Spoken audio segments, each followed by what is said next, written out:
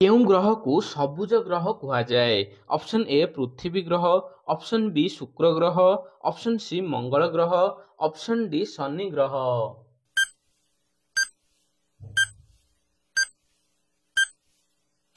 ତେବେ ଫ୍ରେଣ୍ଡସ୍ ଏହାର ଉତ୍ତର ହେଉଛି ଅପସନ୍ ଏ ପୃଥିବୀ ଗ୍ରହ। ଫ୍ରେଣ୍ଡସ୍ ପୃଥିବୀ ଗ୍ରହକୁ ଗ୍ରୀନ୍ ପ୍ଲାନେଟ୍ ବା ସବୁଜ ଗ୍ରହ କୁହାଯାଏ। ତ ଦେଖିବା ବର୍ତ୍ତମାନ ପରବର୍ତ୍ତୀ ପ୍ରଶ୍ନ, ସମୋସା ଖାଇଲେ କେଉଁ ରୋଗ ହୁଏ? Option A diabetes, option B ହୃଦରୋଗ, ଅପସନ୍ ସି ମୋଟାପା, ଅପସନ୍ ଡି ଉପରୋକ୍ତ ସମସ୍ତ।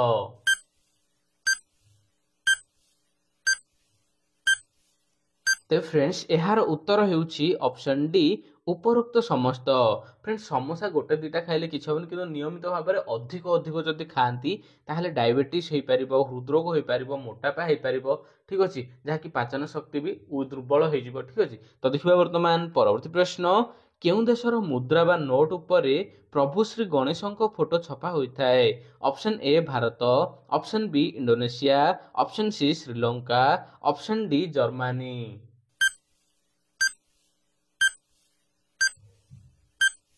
ତେବେ ଫ୍ରେଣ୍ଡସ୍ ଏହାର ଉତ୍ତର ହେଉଛି option B Indonesia. Friends Indonesia ଦେଶର ମୁଦ୍ରା ଉପରେ ଯାହାକି ପ୍ରଭୁ ଶ୍ରୀ ଗଣେଶଙ୍କ ଫଟୋ ଛପା ଯାଇଥାଏ।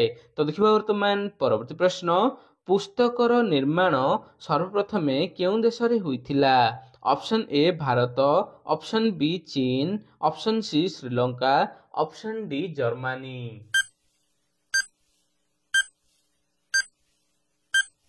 ତେବେ ଫ୍ରେଣ୍ଡସ୍ ଏହାର ଉତ୍ତର ହେଉଛି ଅପସନ୍ ବି ଚୀନ। ଫ୍ରେଣ୍ଡସ୍ ଚୀନ ଦେଶ ଯାହାକି ସର୍ବପ୍ରଥମେ ପୁସ୍ତକର ନିର୍ମାଣ କରିଥିଲେ। ତ ଦେଖିବା ବର୍ତ୍ତମାନ ପରବର୍ତ୍ତୀ ପ୍ରଶ୍ନ, ଭାରତର ସବୁଠାରୁ ଲମ୍ବା ନଦୀ କେଉଁଟି? ଅପସନ୍ ଏ ଗଙ୍ଗା ନଦୀ, ଅପସନ୍ ବି ଗୋଦାବରୀ ନଦୀ, option C Mahanadi, option D Brahmaputra ନଦୀ। ତେବେ ଫ୍ରେଣ୍ଡସ୍ ଏହାର ଉତ୍ତର ହେଉଛି ଅପସନ୍ ଏ ଗଙ୍ଗା ନଦୀ। ଫ୍ରେଣ୍ଡସ୍ ଗଙ୍ଗା ନଦୀ ହେଉଛି ଭାରତର ସବୁଠାରୁ ଲମ୍ବା ନଦୀ। ତ ଦେଖିବା ବର୍ତ୍ତମାନ ପରବର୍ତ୍ତୀ ପ୍ରଶ୍ନ, ଭାରତର ସବୁଠାରୁ ପ୍ରଶସ୍ତ ବା ଆମେ ଓସାର ବା ଚଉଡ଼ା କହିଥାଉ ବା ଚଉଡ଼ା ନଦୀ କେଉଁଟି? ଅପସନ୍ ଏ ଗଙ୍ଗା ନଦୀ, ଅପସନ୍ ବି ଗୋଦାବରୀ ନଦୀ, option C Mahanadi, option D Brahmaputra ନଦୀ।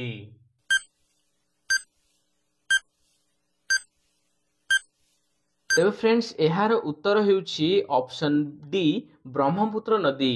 ଫ୍ରେଣ୍ଡସ୍ ଭାରତର ସବୁଠାରୁ ଓସାର ବା ଚଉଡ଼ା ନଦୀ ହେଉଛି ବ୍ରହ୍ମପୁତ୍ର ନଦୀ। ଫ୍ରେଣ୍ଡସ୍ ତାହାର ଚଉଡ଼ା ହିଁ ଯାହାକି 10 କିଲୋମିଟର ପର୍ଯ୍ୟନ୍ତ ହୋଇଥାଏ, ତାହାର ଖାଲି ଓସାରଟା, ଠିକ୍ ଅଛି। ତ ଦେଖିବା ବର୍ତ୍ତମାନ ପରବର୍ତ୍ତୀ ପ୍ରଶ୍ନ, ଭାରତର ଦ୍ୱିତୀୟ ଲମ୍ବା ନଦୀ କେଉଁଟି? ଅପସନ୍ ଏ ଯମୁନା ନଦୀ, ଅପସନ୍ ବି ଗୋଦାବରୀ ନଦୀ, option C Mahanadi, option D Brahmaputra ନଦୀ।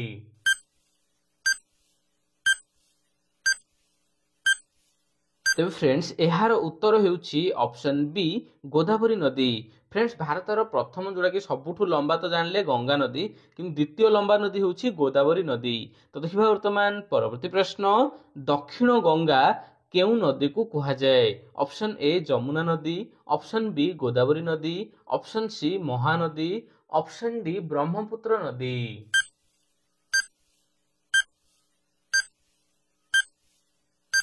ତେବେ ଫ୍ରେଣ୍ଡସ୍ ଏହାର ଉତ୍ତର ହେଉଛି ଅପସନ୍ ବି ଗୋଦାବରୀ ନଦୀ। ଫ୍ରେଣ୍ଡସ୍ ଗୋଦାବରୀ ନଦୀକୁ ଦକ୍ଷିଣ ଗଙ୍ଗା କୁହାଯାଏ। ତ ଦେଖିବା ବର୍ତ୍ତମାନ ପରବର୍ତ୍ତୀ ପ୍ରଶ୍ନ, କେଉଁ ପରିବା ଖାଇଲେ ଚେହେରା ଗୋରା ହୋଇଥାଏ? Option A tomato, option B beet, option C ଅମୃତଭଣ୍ଡା, option D A and B.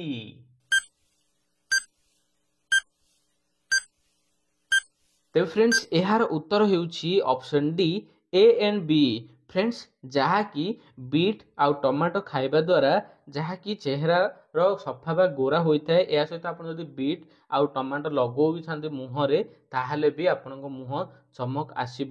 Beet ସାଥିରେ ଆପଣ ମହୁ ବି ମିଶେଇକି ଲଗେଇଲେ ତାହେଲେ ମୁହଁ ଚିକ୍କଣ ହୋଇଥାଏ, ସଫା ହୋଇଥାଏ। ତ ଦେଖିବା ବର୍ତ୍ତମାନ ପରବର୍ତ୍ତୀ ପ୍ରଶ୍ନ, ମୁଷାର ମନ୍ଦିର ଭାରତର କେଉଁ ରାଜ୍ୟରେ ରହିଛି? Option A Rajasthan, option B Tamil Nadu, option C Kerala, option D Assam.